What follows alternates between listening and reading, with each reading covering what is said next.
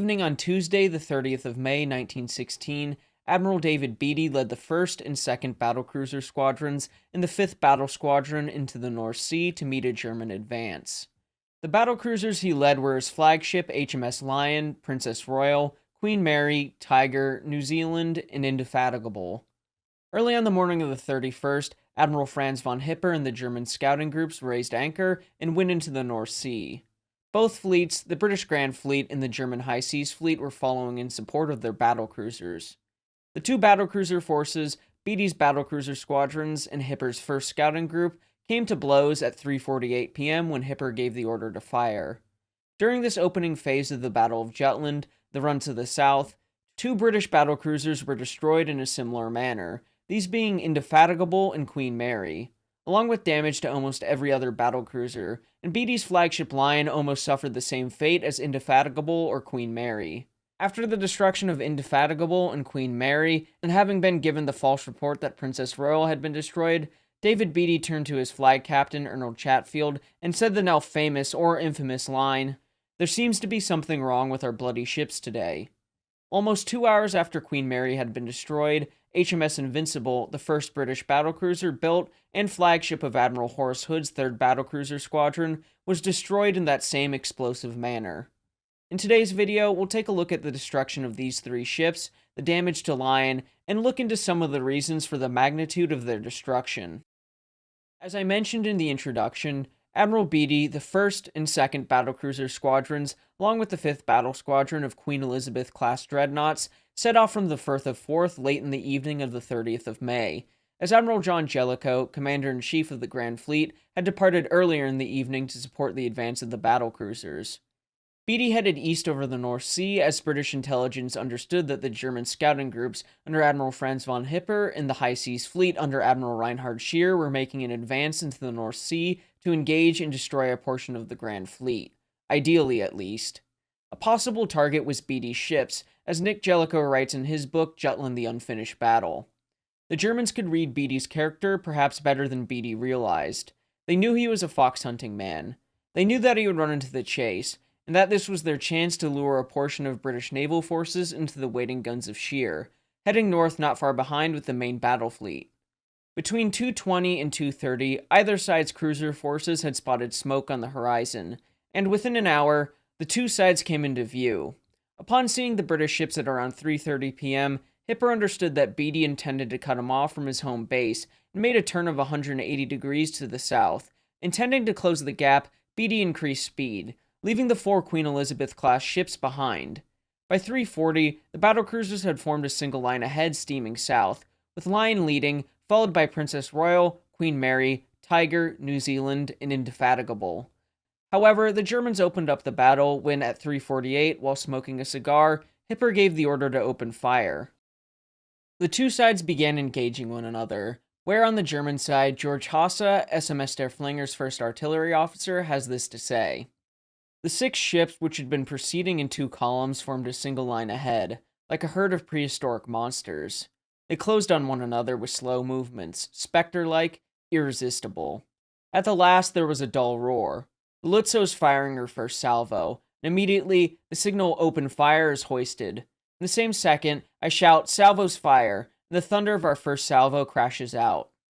For the next 12 minutes, shots rang out from either side, when at 4 p.m., as Lion was trying to close the gap, Lützow managed to land a 12-inch shell on Q turret's weakest point. The turret top was ripped wide open, killing all but 3 of the crew instantaneously. Major Francis J.W. Harvey of the Royal Marines, the turret captain, survived. In the destruction of the turret, both his legs were crushed. While dying, he realized the great danger the ship was in. He dragged himself to the voice pipe and called down to his crew below to close the magazine doors and flood the magazine. Then he sent the only walking survivor in the gunhouse to report to the bridge that the turret was out of action.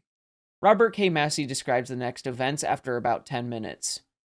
The shell explosion had jarred open the breech of the elevated left side 13.5-inch gun, and the already loaded powder charge in its silk bag slid back out of the gun breech and burst open onto the floor. The scattered powder instantaneously ignited, sending a sheet of white flame rushing down the hoist toward the magazine. 70 officers and men were incinerated, but because the magazine doors had been closed, The flash reversed itself and vomited out through the open turret top. The ship was saved, and Harvey won a posthumous Victoria Cross. An eyewitness from Line describes the explosion. No further confirmation was necessary. The armored roof of Q turret had been folded back like an open sardine tin. Thick yellow smoke was rolling up in the clouds from the gaping hole, and the guns were cocked up into the air awkwardly. All of this happened within a few yards of where Beatty was standing, and none of us on the bridge had heard the detonation. The destructive power was enormous, but oddly, in the maelstrom of the battle, completely unregistered on the bridge. Going back to just after 4 p.m., the two oldest ships at the back of the line, HMS Indefatigable and SMS Von der Tann, were having a duel of their own.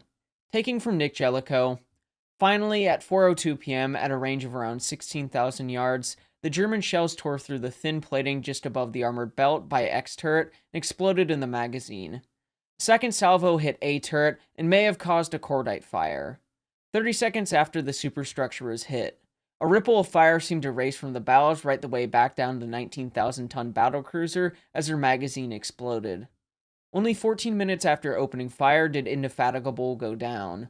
All of her crew except for 2 went down with the ship.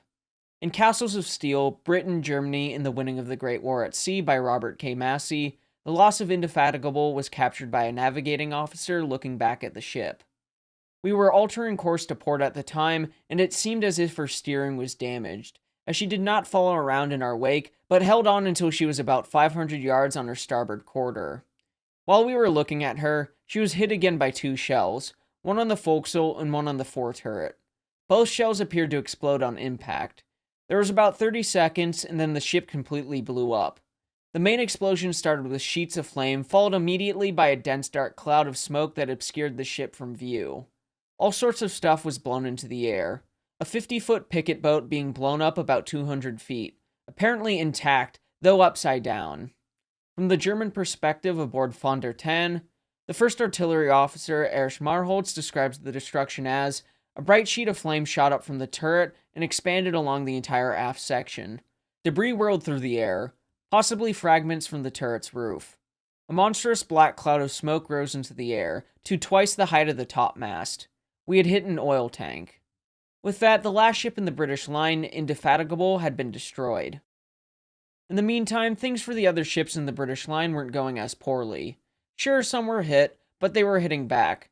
Not as frequently as their German counterparts, but still hitting back. One of those ships was the Queen Mary. Even with the loss of Indefatigable at 4:02, things for Queen Mary were going well. Being the crack gunnery ship she was, she hit her mark. At 4:17, she hit Seydlitz again, putting a 5.9-inch gun out of action. Instead of continuing to stay trained on Seydlitz, she shifted her fire to Der Flinge, while Der Flinge and Seydlitz concentrated their fire on her. Being first hit by Der Flinge at 4:21, knocking out the right gun of Q turret, and at 4:25 and 4:26, Queen Mary was hit again by salvos in the magazine of one of her forward turrets. Let's let Officer Ernest Francis, one of the survivors, tell us what happened next. Then came the big explosion, which shook us a bit, and on looking at the pressure gauge, I saw the pressure had failed. Immediately after that came what I call the big smash, and I was dangling in the air on a bowl which saved me from being thrown on the floor of the turret. Francis would recover this, and witness the 4-inch battery closest to him smashed and the ship listing badly. Der Flinge increased her fire, and the awful death of Queen Mary was captured by an officer from Tiger's Bridge. I saw one salvo straddle her. 3 shells out of 4 hit. The next salvo straddled her, and 2 more shells hit her. As they hit, I saw a dull red glow amidships, and then the ship seemed to open up like a puffball or one of those toadstool things when one squeezes it. Then there was another dull red glow somewhere forward, and the whole ship seemed to collapse inwards. The funnel and mast fell into the middle of the ship, and the hull was blown outwards. The roof of the turrets were blown 100 feet high. Then everything was smoke, and a bit of the stern was the only part of the ship above the water. The Tiger put helm hard to starboard, and we only cleared the remains of Queen Mary's stern by a few feet. The explosion of Queen Mary reached 1,000 feet above her, and the hull split in 2. As she sank, her propellers were still turning. Out of the 1,258 men on board, only a handful survived. All officers except 4 midshipmen died, including the Japanese observer and naval attaché in London, Commander Chusuke Shimamura. The ships around her, including both the battlecruisers and escorting destroyers, could not stop as the battle continued. George von Hasse had this to say about her loss. The Queen Mary was firing less rapidly than we were, but usually firing full salvos. I could see the shells coming, and I had to admit they were shooting superbly. As a rule, all 8 shells fell together, but they were almost always over or short. But the Queen Mary was having a bad time. In addition to Deflinge, she was being engaged by Seydlitz. At 4:26, she met her doom. First, a vivid red flame shot up from her forepart. Then came an explosion forward, followed by a much heavier explosion amidships. Black debris flew up into the air, and immediately afterwards, the whole ship blew up with a terrific explosion. A gigantic cloud of smoke rose. The mast collapsed inwards, and the smoke cloud hit everything and rose higher and higher. Finally, nothing but a thick, black cloud of smoke remained where the ship had been. At its base, the smoke column covered only a small area, but it widened towards the summit and looked like a monstrous pine tree. After Queen Mary blew up, Princess Royal was straddled and disappeared into towering waterspouts, where a signalman reported that she had been blown up. This is when Beatty turned to Chatfield and said the line, "There seems to be something wrong with our bloody ships today." Beatty had just lost 2 battlecruisers and more than 2,000 men with the losses of Queen Mary and Indefatigable. Coupled with these losses and reports from Goodenov's 2nd Light Cruiser Squadron of the approaching High Seas Fleet, Beatty and his remaining battlecruisers turned north, and thus the run to the south came to a close.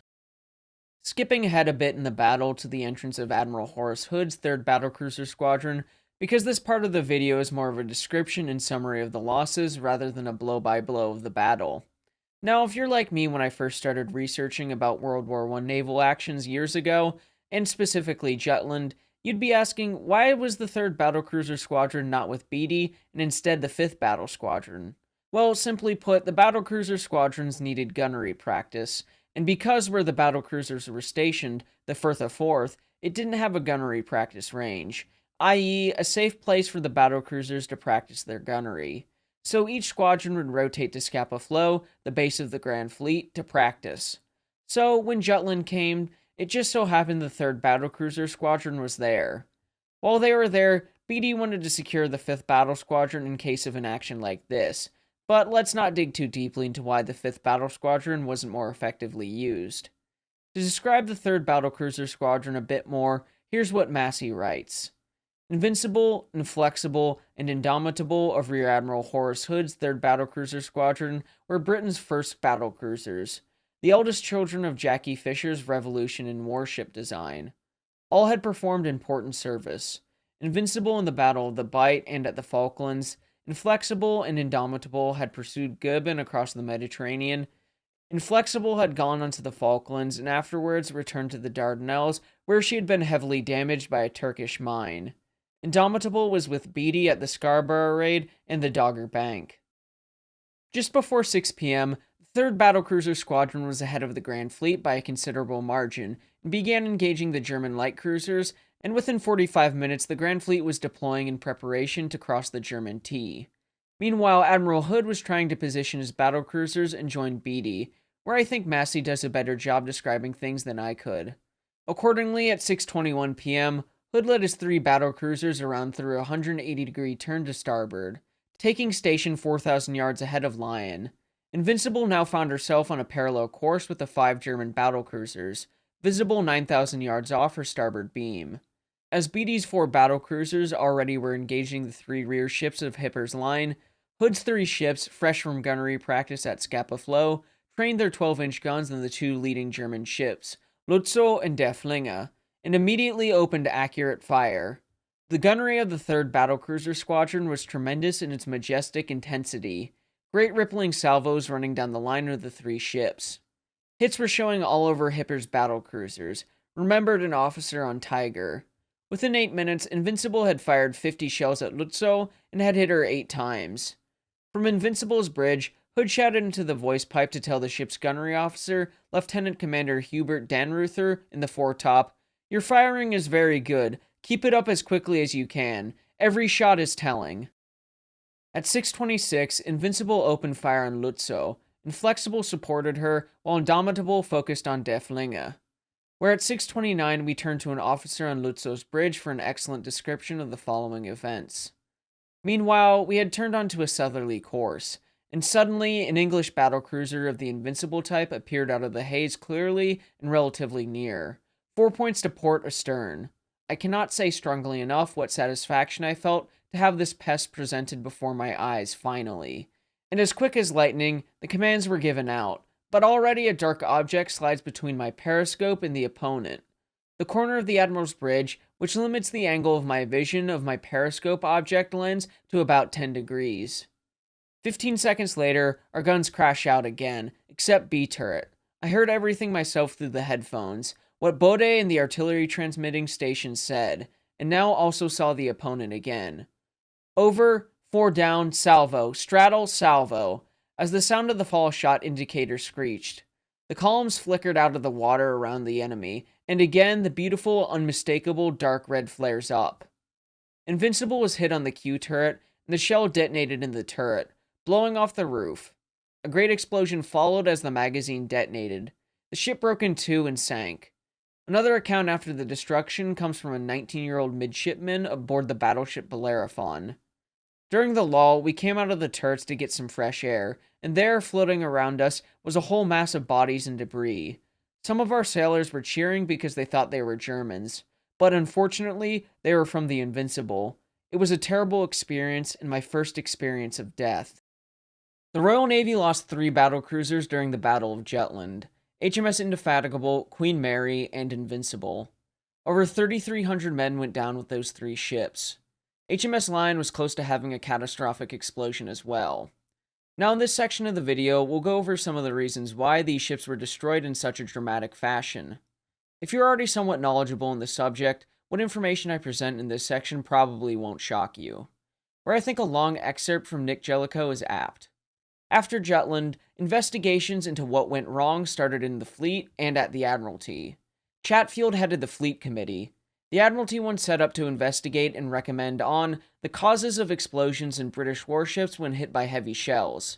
It included the 3rd Sea Lord, Admiral Sir Frederick Tudor, the Director of Naval Ordnance, Rear Admiral Morgan Singer, and the Director of Naval Construction, Tennyson Danecourt. They corroborated what Grant had found, that cordite was often stacked within the turret so that each turret became its own magazine. The BCF took action immediately. Beatty wrote Jellicoe about the dangers of open magazines and turrets, saying that it was imperative to maintain a small stock of cordite in the handling room for magazines and doors being kept closed with one clip and opened only for replenishment of the handling room. On June 5th, a circular went around the BCF saying that only 4 rounds were allowed outside the magazines at any one time, including 2 in the breech. If anyone would like to detail other reasons than the ones I present, please describe them in the comments. Still, one has to acknowledge the excellent gunnery of the German battlecruisers during the battle. For example, Der Flinge, who initially had been targeting Princess Royal in the opening part of the battle, had hit her at least 8 times during the first part of the battle. Granted, she had been firing unmolested for a time due to an error on the part of the British. Still, this is an impressive figure, having at least 12 overall hits in the opening part of the battle. A quote that helps to illustrate the point is from Gary Staff's book, German Battlecruisers of World War I, Their Design, Construction, and Operations. He has this to say when discussing the destruction of Indefatigable. At 1603, it was observed that Indefatigable was struck by 2 or 3 shells from one salvo around the aft gun turret. A small explosion occurred, and Indefatigable swung out of line to starboard, probably to throw off the German aim.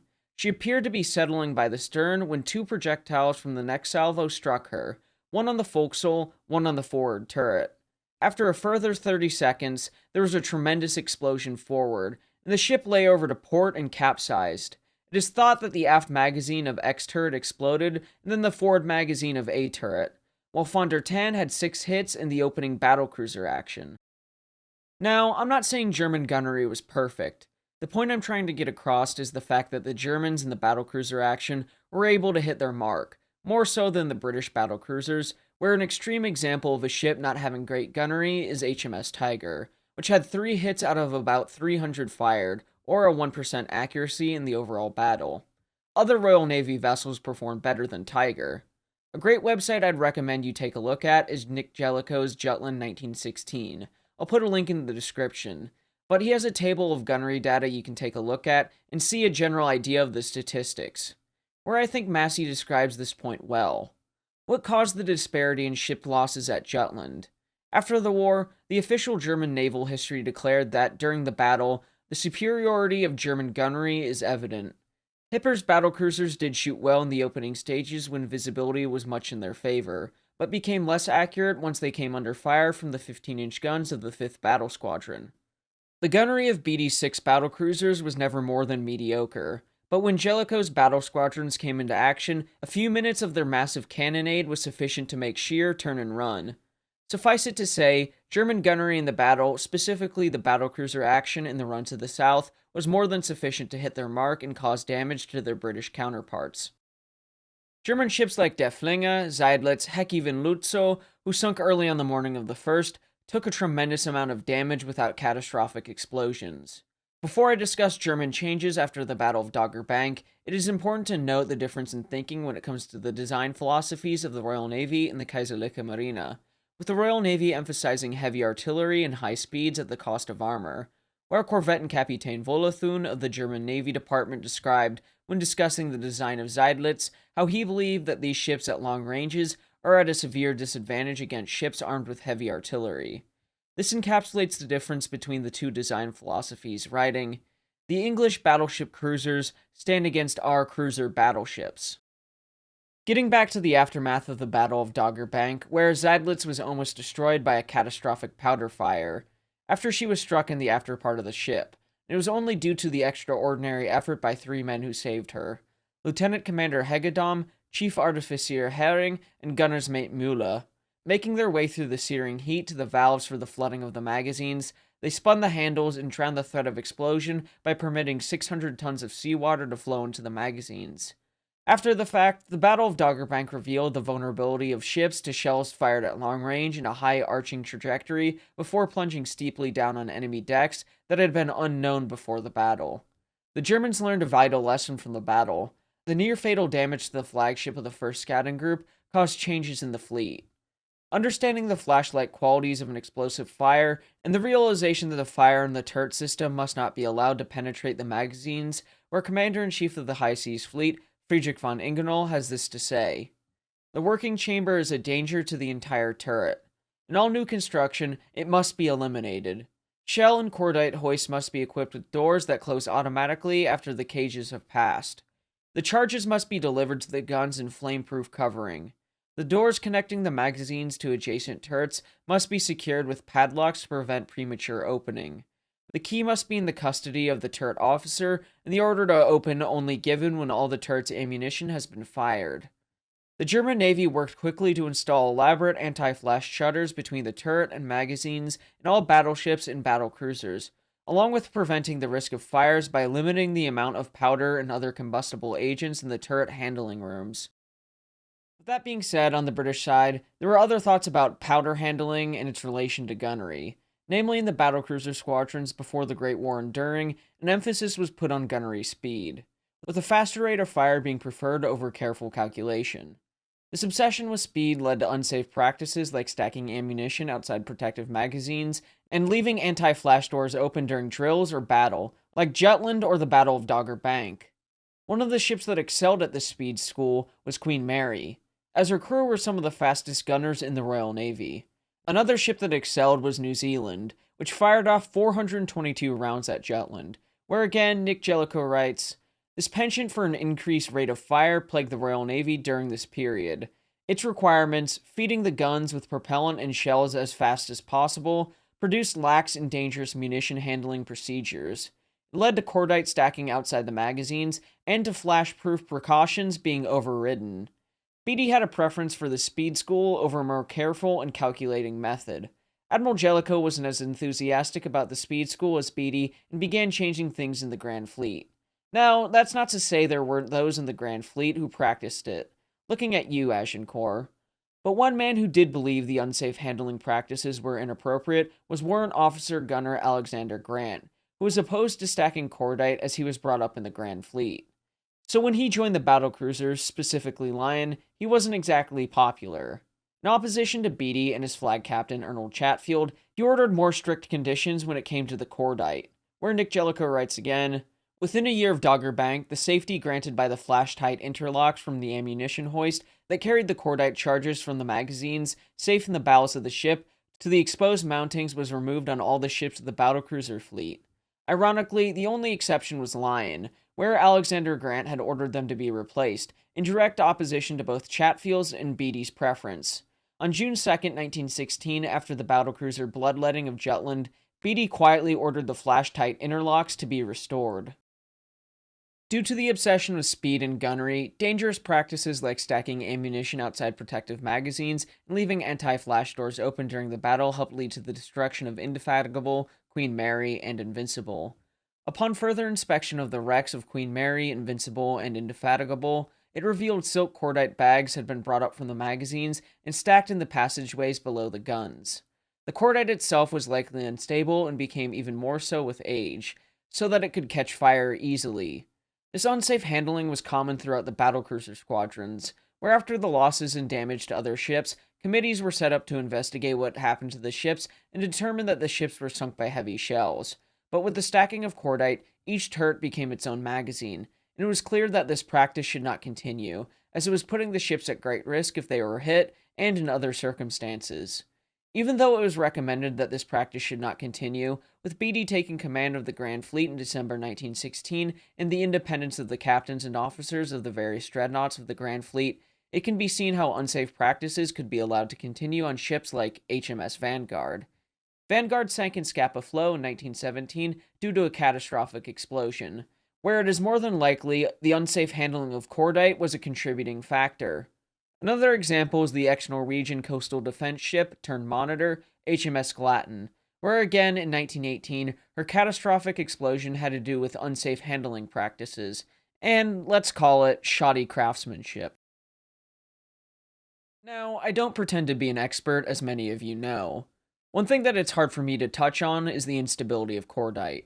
I think an interesting quote that could be applicable to some of these cordite cases comes from Stephen McLaughlin's Russian and Soviet battleships when he discusses the loss of Empress Maria in 1916.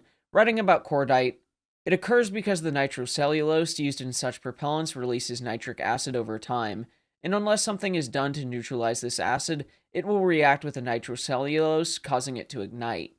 Now, this discusses a ship's loss in port due to an onboard explosion, but it helps to illustrate that as cordite ages, it does become unstable and dangerous to those handling it. I will link to a Drakenfell video which discusses cordite's instability in great detail with a professional, link in the description.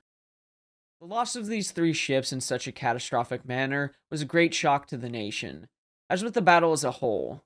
I'll close out with an interesting point by Massey when discussing the loss of these ships, where he discusses their intended purpose, design, and those facts coupled with his speed school. Fisher's battlecruisers were built to overtake and destroy an enemy at long range with heavy guns. If to achieve superior speed and striking power within a fixed tonnage, armor in British ships had to be sacrificed, so be it. And so it was. Queen Mary was 27,000 tons, devoted 3,900 tons to armor, whereas Seydlitz, weighing 25,000 tons, carried 5,200 tons of armor. And at Jutland, Queen Mary blew up, whereas Seydlitz came home. Not all, or even most of the blame for British losses at Jutland should be placed on thinner armor. There's no evidence that Indefatigable, Queen Mary, and Invincible blew up because German 11-inch or 12-inch shells penetrated their armored hulls and burst inside their magazines.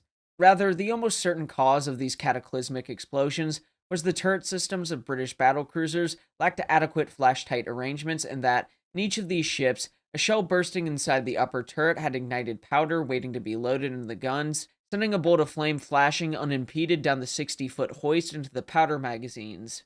Assuming this to be true, blame lay not with the design of the British ships, but with the deliberate decision by captains and gunnery officers to discard the flash-proof scuttles originally built into the British dreadnoughts.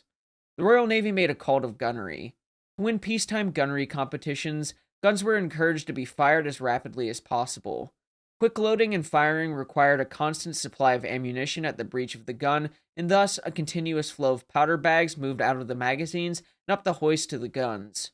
Safety became secondary. Gunnery officers began leaving magazine doors and scuttles open to facilitate movement. Eventually, in some ships, these cumbersome barricades were removed. But for this weakness, none of these 3 battlecruisers might have been lost. With that being said, one thing I didn't cover but should mention is Beatty's command during the battle, as that was a possible contributing factor. I didn't want to cover that because I don't feel comfortable or confident enough commenting on that subject. Anyway, thanks for watching, and until next time, my friends, have a great week.